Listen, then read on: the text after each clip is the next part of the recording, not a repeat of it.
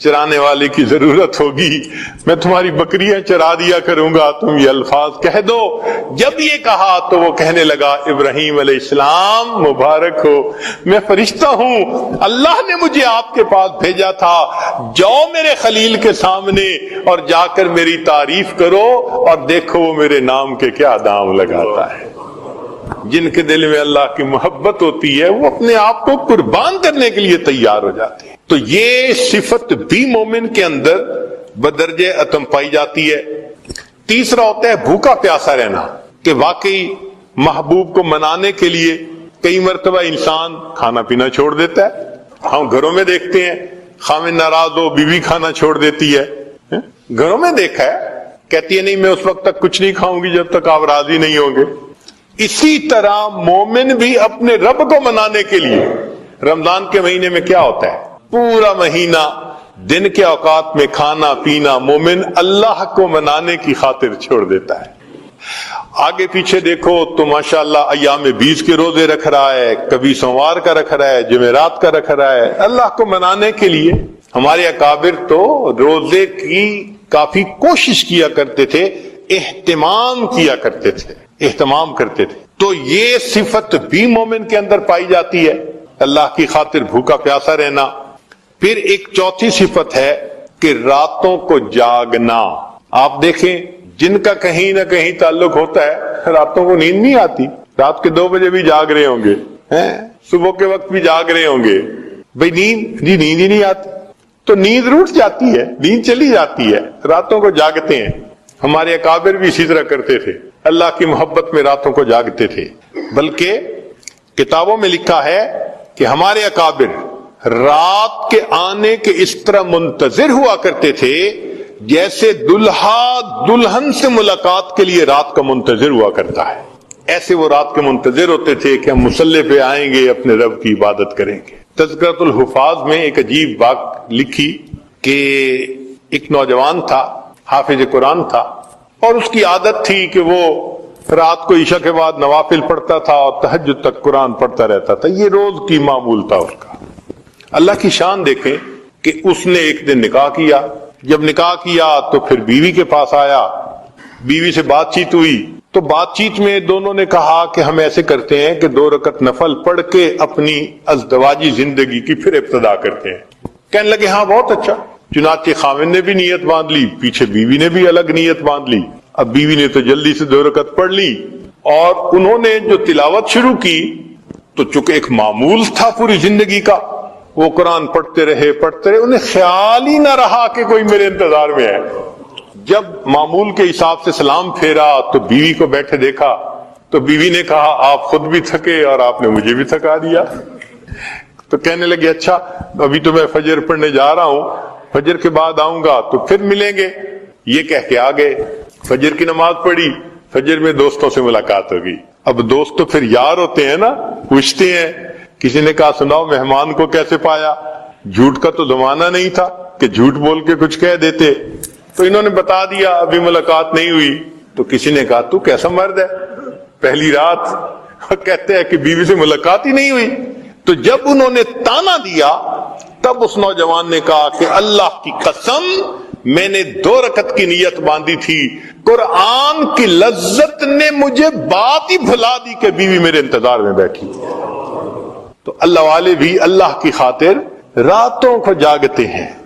مجھ کو نہ اپنا ہوش نہ دنیا کا ہوش ہے، بیٹھا ہوں مست ہو کہ تمہارے جمال میں، تاروں سے پوچھ لو میری روداد زندگی، راتوں کو جاگتا ہوں تمہارے خیال۔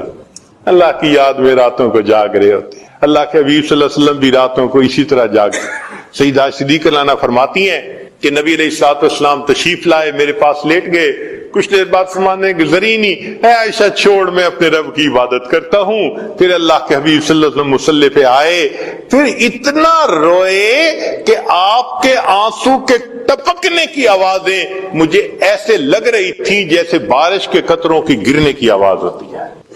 سیدنا ابن عمر رضی اللہ تعالیٰ عنہ کے گھر ایک مرتبہ نبی علیہ الصلوۃ والسلام بھی تشریف لائے، اور سیدہ حفصہ رضی اللہ تعالیٰ عنہ بھی تھی، ان کی بہن عمر لانو کی بیٹی۔ کھانا کھایا، دیر ہو گئی، ابن عمر لانو نے آفر کر دی، اے اللہ کے وسلم یہی آرام فرما لیجیے، تو نبی علیہ السلام وہی آرام فرمانے لگے کمرے میں۔ اب ام المومنین حفصہ رضی اللہ تعالیٰ عنہ بھی ساتھ لیٹی ہیں، نبی علیہ السلام بھی لیٹے ہیں۔ ام المومنین فرماتی ہیں کہ کچھ دیر کے بعد میں نے دیکھا کہ کوئی مائع چیز میرے چہرے کے اوپر گر رہی ہے، میں نے ہاتھ لگایا تو گرم گرم پانی، آنسو، تو میں حیران، جب اٹھ کے دیکھا تو اللہ کے محبوب صلی اللہ علیہ وسلم کی آنکھوں سے آنسو گر رہے تھے، اور میں چونکہ ساتھ ایک ہی تکیے پہ لیٹی ہوئی تھی تو وہ میرے چہرے کے اوپر بھی آ رہے تھے۔ تو میں نے کہا ما یبکی، اے اللہ کے رسول آپ کیوں رو رہے ہیں؟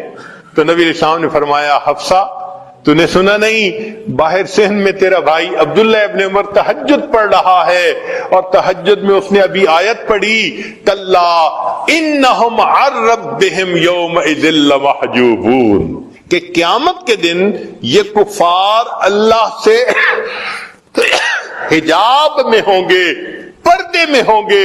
یہ آیت سن کر مجھے رونا آ گیا، اللہ میری امت کو حجاب کا عذاب عطا نہ فرمانا۔ پھر فرمایا حفصہ انا مشتاق و بی اشتیاق، میں مشتاق ہوں، میں اللہ کا عاشق ہوں، میرے دل میں اللہ کی محبت نے تڑپ لگا دی۔ تو مومن تو اللہ کی خاطر راتوں کو جاگتا ہے، عبادت میں لگا رہتا ہے۔ پانچویں خوبی کہ کبھی کبھی محبوب کو منانے کے لیے انسان ضد کر کے بیٹھ جاتا ہے کہ جی بس میں تو آپ کے قدموں میں بیٹھا ہوں، جب تک نہیں مانیں گے میں قدموں میں سے نہیں اٹھوں گا۔ یہ ڈیرے ڈالنا یہ بھی منانے کا ایک طریقہ ہے۔ جیسے حضرت تھانوی رحمت اللہ علیہ، ان کے ایک اجل خلیفہ تھے حضرت خواجہ عزیز الحسن مجذوب رحمت اللہ علیہ، خانقاہ میں تھے، تربیت اصلاح کے لیے رہتے تھے۔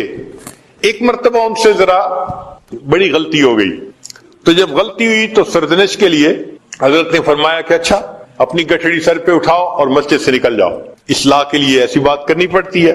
اب چونکہ تعمیل حکم کرنی تھی، انہوں نے اپنا بستر اٹھایا، مسجد سے تو باہر قدم رکھا مگر دروازے کے اوپر ہی بیٹھ گئے۔ کہنے لگے بھئی حضرت نے یہی کہا تھا نا کہ مسجد سے نکل جاؤ، تو میں مسجد سے نکل گیا، یہ تو نہیں کہا تھا کہ دروازے سے بھی دور کہیں چلے جاؤ، تو میں تو دروازے پہ بیٹھا ہوں۔ اب کیا ہوتا، جو آنے والا آتا دروازہ کھولتا، یہ یوں کر کے دیکھتے حضرت کے چہرے پہ نظر پڑ جاتی، پھر کوئی اور آتا پھر چہرے کو دیکھ لیتے، ایک دن دو دن۔ اب حضرت تھانوی رحمۃ اللہ بھی بڑے حیران کہ میں نے کہا تھا چلے جاؤ، یہ پھر دروازے پہ بیٹھ گیا۔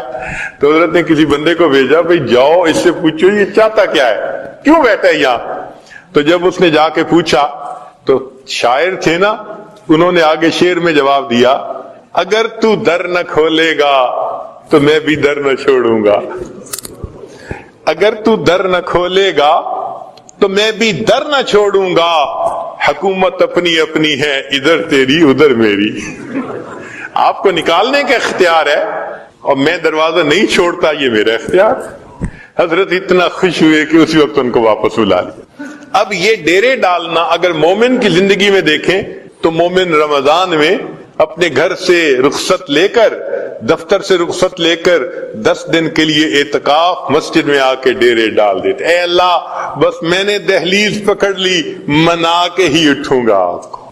تو دیکھیں وہ بھی نشانی پائی گئی کہ مومن اپنے رب کو منانے کے لیے کس طرح ڈیرے ڈال کے بیٹھ جاتا ہے۔ سبحان اللہ۔ تو اگر دیکھیں تو مومن کے اندر وہ تمام صفات ہیں جو ایک عاشق کے اندر ہوتی ہے، اور اللہ والے تو یہ ہوتے ہیں کہ بس ہر وقت بات کرتے ہیں تو اللہ کی بات کرتے، یا تیرا تذکرہ کرے ہر شخص ورنہ پھر ہم سے گفتگو نہ کرے۔ ان کا دل چاہتا ہے جو بات ہو بس اللہ ہی کی بات ہو، ایسے ان کا دل چاہتا ہے، کیونکہ اللہ تعالیٰ ان کے دل میں بس جاتے ہیں، اللہ ان کے دل میں آ جاتے ہیں، اللہ ان کے دل میں سما جاتے ہیں، بلکہ سچ بات کہوں اللہ ان کے دل میں چھا جاتے ہیں۔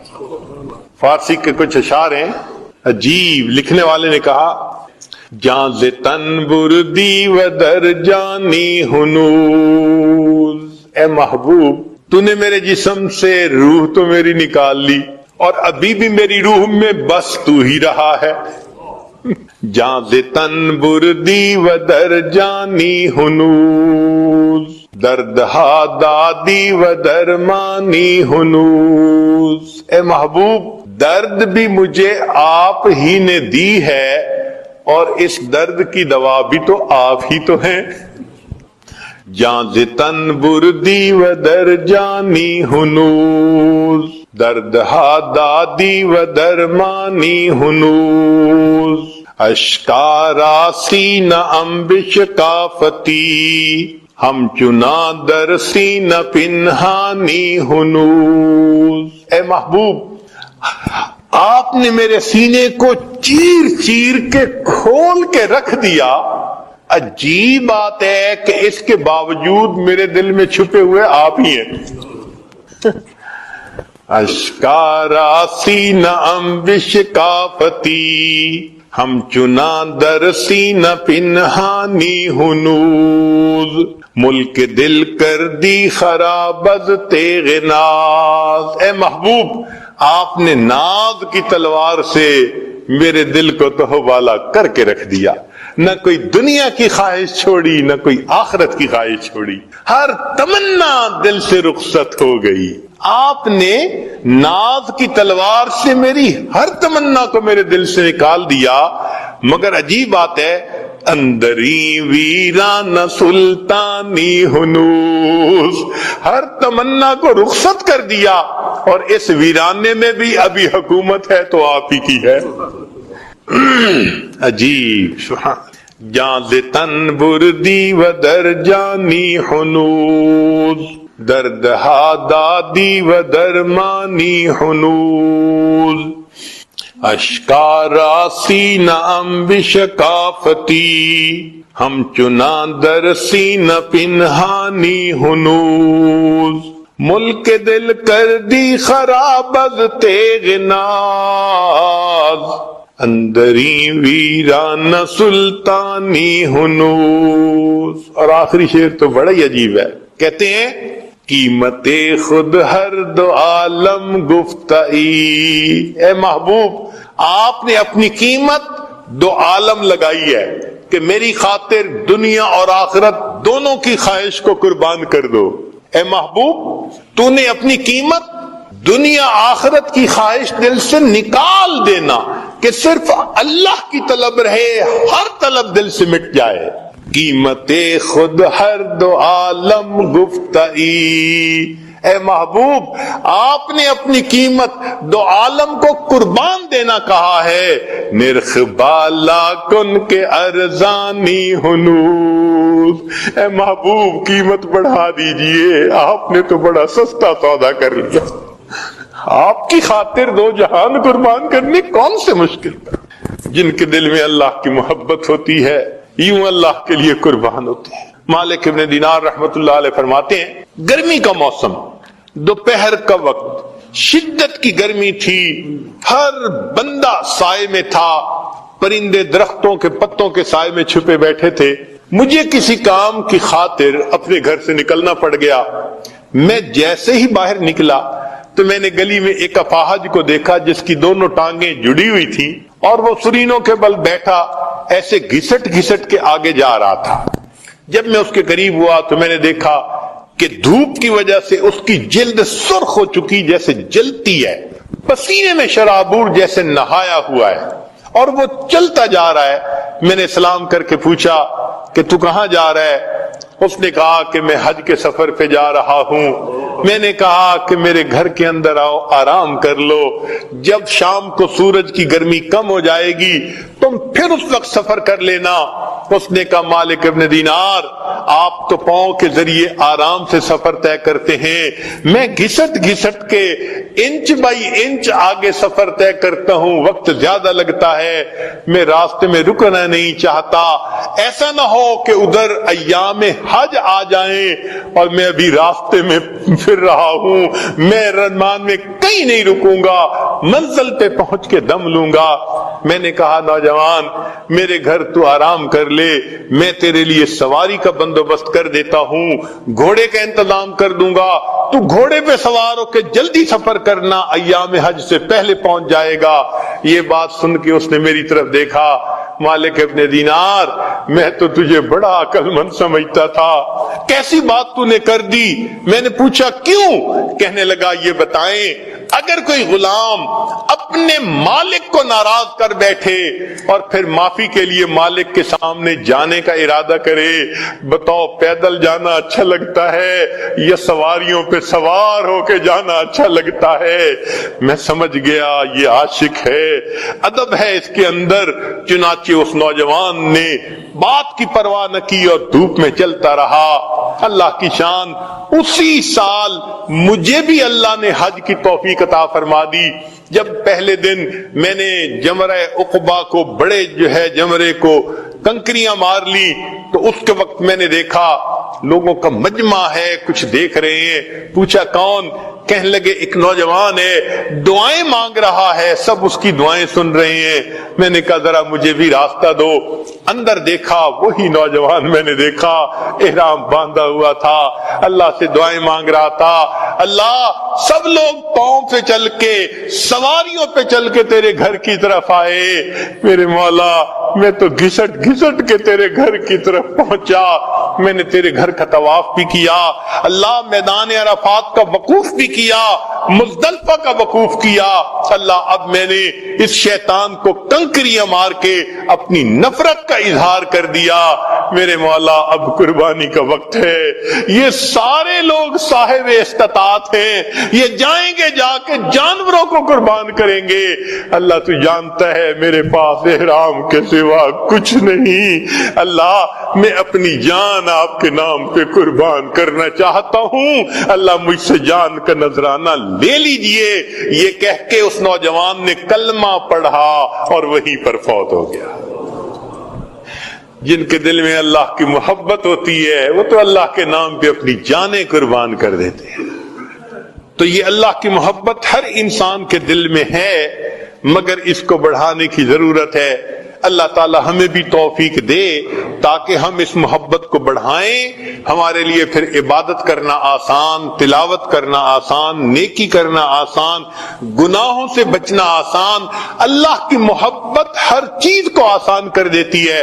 قاعدہ قانون ہے، ان المحب لما یحب مطیع، محب جس سے محبت کرتا ہے پھر اس کی عبادت خدمت کرنا پھر آسان ہو جاتا ہے، عبادتیں کرنی آسان ہو جائیں گی۔ اللہ تعالی ہمیں اپنی یاد والی زندگی نصیب فرمائے۔ عربی کے کچھ اشعار ہیں، سن لیجئے، پھر یہ عاجز اپنی بات کو مکمل کر دیتا ہے۔ کسی نے کیا اچھی بات کہی، فرماتے ہیں واللہ ما طلعت شمس ولا غربت الا وانت فی قلبی ووسواسی۔ اللہ کی قسم، کبھی سورج طلوع نہیں ہوا اور کبھی سورج غروب نہیں ہوا، مگر اے محبوب میرے دل میں، میری سوچ دھیان میں تیری ہی تو ذات ہوتی ہے۔ واللہ ما طلعت شمس ولا غربت الا وانت فی قلبی ووسواسی، ولا جلست الى قوم احدثهم الا وانت حدیثی بین جلاسی۔ اور اللہ کی قسم، میں کبھی اپنے دوستوں کی محفل میں نہیں جا کر بیٹھا مگر ان کی محفل میں تذکرہ اے محبوب تیری ذات ہی کا تو میں کر رہا ہوتا ہوں۔ ولا ذکرتک محزونا ولا تربا الا وحبک مقرون بانفاسی۔ اور میں نے کبھی خوشی میں اور غم کی حالت میں آپ کا تذکرہ نہیں کیا مگر اے محبوب میرے سانسوں میں تیری محبت ہی تو لپٹی ہوئی ہوتی ہے۔